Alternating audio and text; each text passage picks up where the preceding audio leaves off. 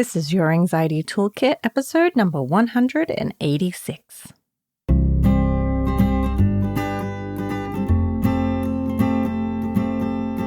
Welcome to Your Anxiety Toolkit. I'm your host, Kimberly Quinlan. This podcast is fueled by three main goals. The first goal is to provide you with some extra tools to help you manage your anxiety. Second goal, to inspire you. Anxiety doesn't get to decide how you live your life. And number three, and I leave the best for last, is to provide you with one big, fat virtual hug. Because experiencing anxiety ain't easy. If that sounds good to you, let's go.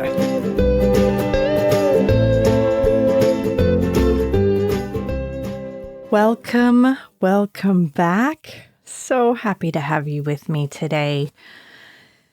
I do love recording. I'm not going to lie. I actually feel like you probably guys have to hear me take that deep breath, because when I sit down and I put my headphones on and I speak into the microphone, I slow on down. So thank you for letting me have this space to be with you and to slow down and to spend some time with you. It's really an honor. So how are you? How are you? How are you doing? Let's do a little check-in together. How are you feeling? How are you thinking? That's important too. How's your heart?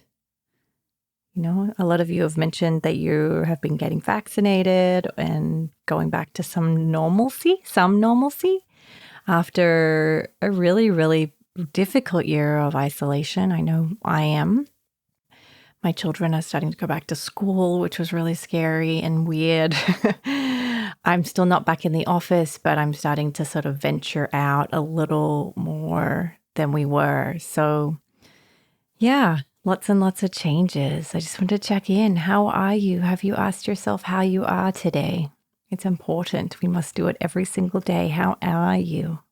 Right? Put your hand on your heart. Slow down. How am I doing? Right. Okay. Today, we're talking about 8 tips for BFRBs. Now, a BFRB is a body-focused repetitive behavior. Many of you know I am an anxiety specialist. I specialize in OCD and OCD-related disorders. And one of those related disorders is hair pulling and skin picking. And today, I wanted to give you 8 tips to manage your BFRB. And this is also really helpful if you have any behavior in your life that you maybe want to adjust and change. It's maybe helpful for you to know if you're a family member or a loved one of someone who has hair pulling, skin picking, nail biting. There are many different types of BFRB. And so today I wanted to give you some tips. Okay, so here we go. I'm going to get straight into it. Number 1 is these first few points are about identification, right? So much of the recovery for BFRBs is around awareness and identifying where the behavior is and where it's getting in the way and so forth. And so the first thing that I want you to use as your tip is to identify specifically where you're engaging in your body-focused repetitive behavior. When I'm with my patients and clients in sessions, we spend a lot of time identifying where are you? Is you in the car when you pull your hair? Are you in the kitchen when you pick your skin? Are you at school? Where are you specifically? Because so much of people's BFRBs are done often unconsciously or subconsciously. And so when we build awareness of where we do it, we're much more likely to be able to intervene. So what I would tell my patients to do is write down all the places that you pull your hair or pick your skin or bite your nails. Where are you specifically? What is the location that triggers this behavior? Now, some of you may say, it's everywhere, right? And some of you may say, no, it's very much related to the bathroom and so forth. Once we can identify where we can intervene and change what you do in that area, in most settings, not in all settings, but in most settings. So an example might be if you pick your skin when you're in the bathroom, it might be better to, brush your teeth in a different room, because then you're not in that room as much. If you pull your hair while driving, well, we're not going to tell you not to drive, but we will then introduce some behavior changes for that area. Number 2 is very similar, which is identifying when you engage in your BFRB. When is this happening? Is it happening more at nighttime? Is it happening more in the morning? Then we can intervene again at those times and provide a behavioral change or some kind of intervention at that time. Now, some of you may be saying, now listen, I can't tell. I don't even know when I'm doing it. And that's why it's so important that you stop and you write it down and you do an inventory and you log when you're pulling and when you're picking and doing a BFRB behaviors. The next point is to identify what emotions trigger your BFRB. So important, right? Now, a lot of you may know I have a course on BFRBs. It's called BFRB School. We go through this in much more detail. I'm only going to do this for about 20 minutes and the course is 4 hours long. But a big part of it is also identifying all of these points, specifically the emotions that show up, right? Do you pick or pull more when you're bored or when you're overstimulated, right? What are the environments that create these emotions? Maybe if you have social anxiety, you have a lot of anxiety in social settings, and therefore maybe you pull in social settings more or you pick your skin more, right? If you pick or pull related to feeling hopeless or depressed, you might identify that being the emotion that we really need to work on, right? And when I'm with my patients and clients, we may need to do a lot of work around emotions. But sometimes just naming it can tame it, right? Oh, I'm feeling sad. I'm pulling because I'm sad. Or I'm pulling because I'm bored. Or I'm picking because I'm anxious. Just naming it can sometimes be very powerful in being able to master a problematic behavior.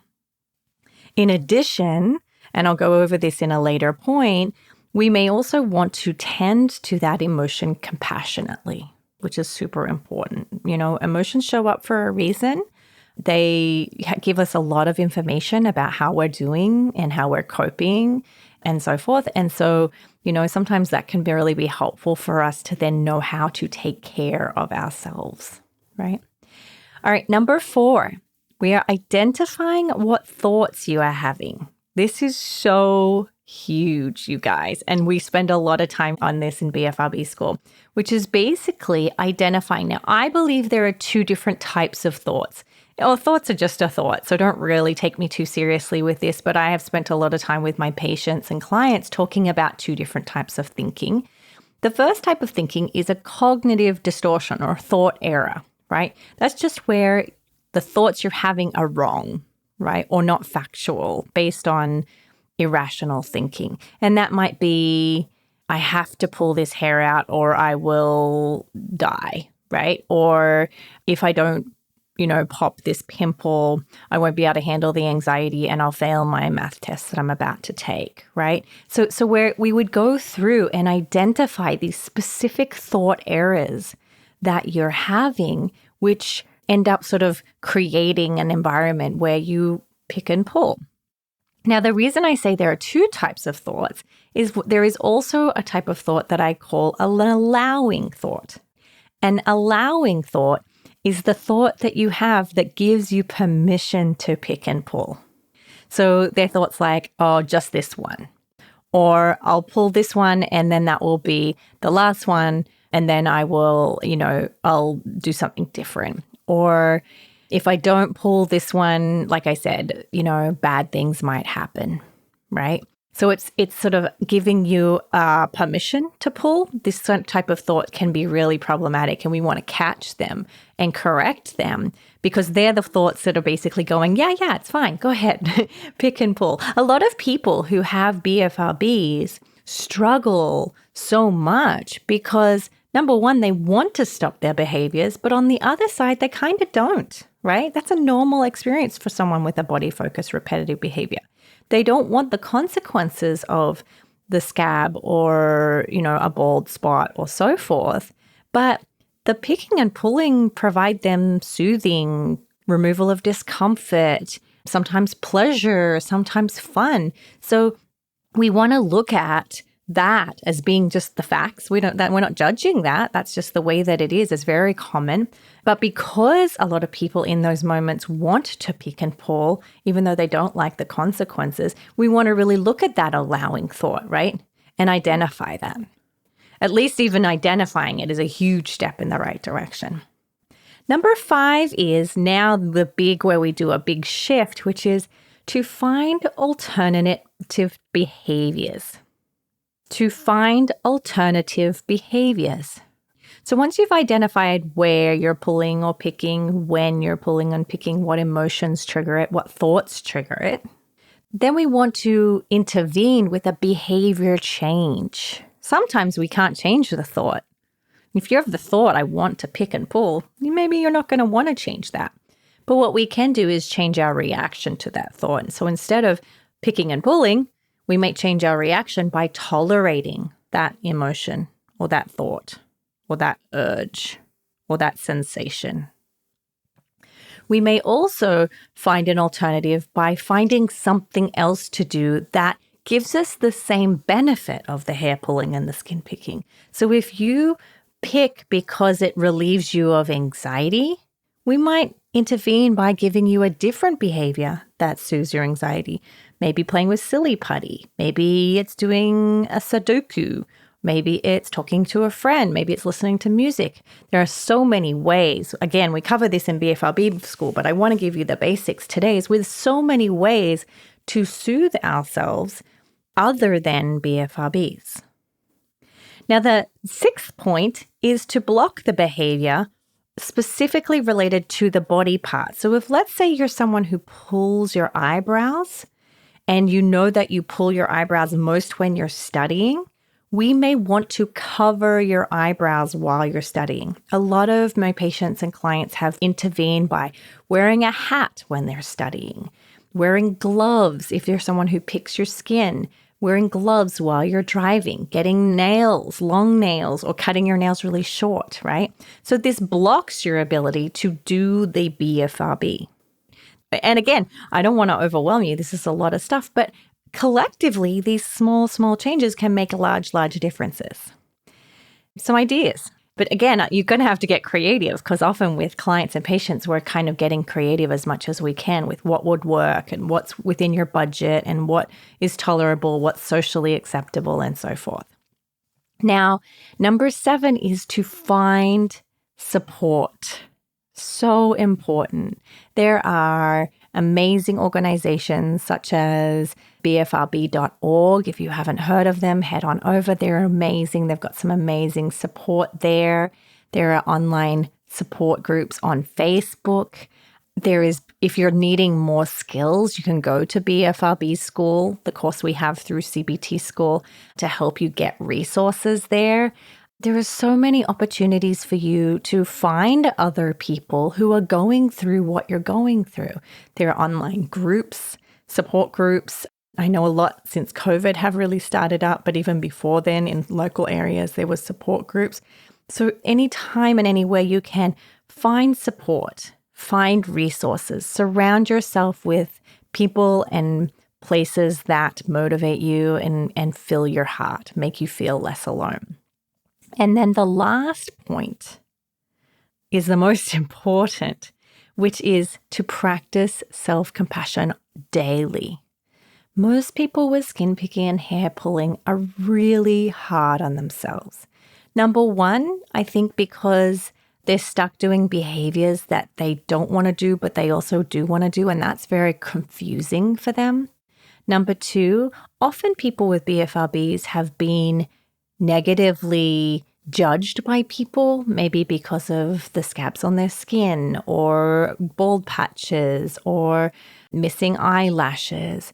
And that one person who said something may sort of shade the way they see themselves, right? Which is unfortunate. And again, that's where we want to fix those views because, the thing to remember is you're not your BFRB. You're way more than that. You've got so many other beautiful characteristics and strengths and abilities. You're more than this thing that you struggle with, right? So a lot of people really fall under this habit of beating themselves up and then getting themselves into a cycle where they beat themselves up, which makes them sad. When they're sad, they pick and pull more. When they pick and pull more, they beat themselves up, then they make them sad, and they're stuck in a cycle, right? And so the reason I wanted to talk about this today is to kind of give you a full picture of what treatment would look like so that you can start to sort of peel away at all of these areas and chip away, I should probably say, making small little changes. If you can introduce a self-compassion practice, you will find immense benefit from just gently nurturing the suffering that you're feeling.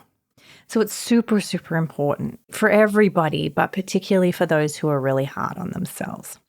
So that's the 8 tips for BFRBs. There are many more. I mean, I could include things like mindfulness practice and acceptance and commitment skills and so many more amazing activities and actions you could do. But these are the ones that really came to me today as I was preparing and the ones I really wanted you to hear today. So that's it. Thank you so much for listening. Please do leave a review for the podcast on iTunes. It does help us to reach more people. We are doing a giveaway where once we get to 1,000 reviews, we'll be giving away a free pair of Beats headphones, which are so cool. And so go ahead and leave an honest review. For me, I would be so grateful. Plus, I really, really enjoy hearing what people are enjoying and what they're not, and how I can be of assistance better. So thank you so much and have a wonderful day. Don't be afraid to check in with yourself. Really take time every day to check in and ask yourself, how are you doing? And I hope you have a wonderful day. I'll see you next week. Please note that this podcast or any other resources from cbtschool.com should not replace professional mental health care. If you feel you would benefit, please reach out to a provider in your area. Have a wonderful day, and thank you for supporting cbtschool.com.